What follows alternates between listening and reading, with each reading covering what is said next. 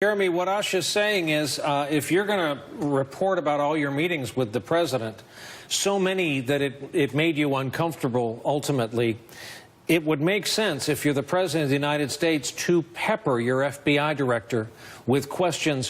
What are we doing to shut this down? Update me on the damage thus far.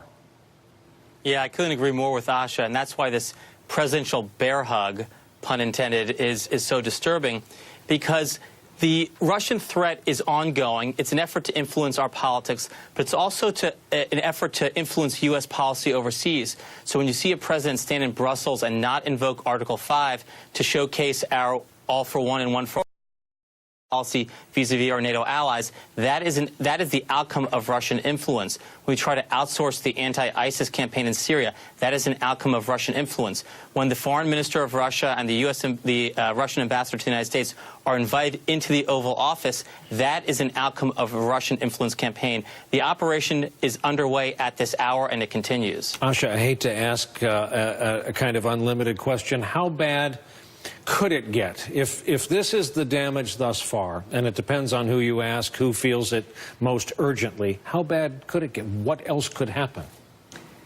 What can happen is that we basically delegitimize our institutions, and we see that happening already. We have our courts being called so-called courts. We have our intelligence agencies being accused of Nazis.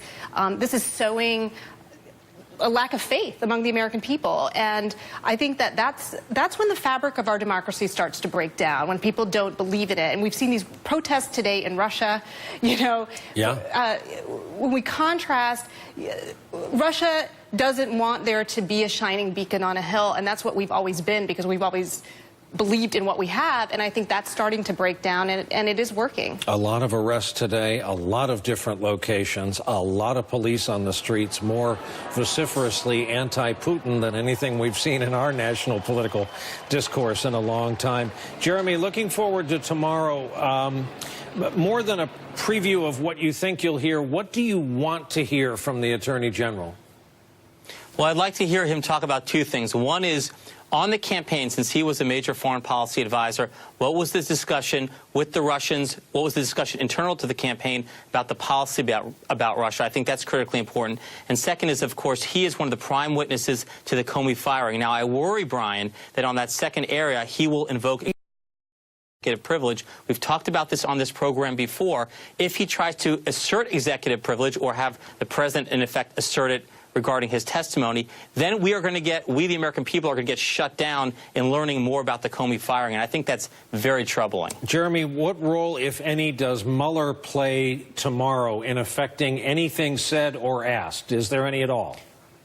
Well, I think he's obviously watching very carefully. Any of the statements now made under oath, if they're turned out to later be false or exaggerated or contradict any evidence, that's part of his investigation. So I think he is there, in effect, watching over the whole process. Asha, I can give you all of 15 seconds for the last word. Do you think this Russia normalization business is existential to the Trump presidency? Is it elemental? Was it part of the birth of the Trump presidency?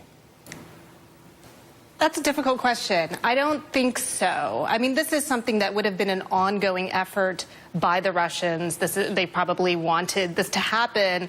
I do think that it flowered in last year's election, because it was such a polarizing election. And I think that what they've done is take advantage of the partisan polarization that was there and that is still there, and I'm sure they're reveling in it right now.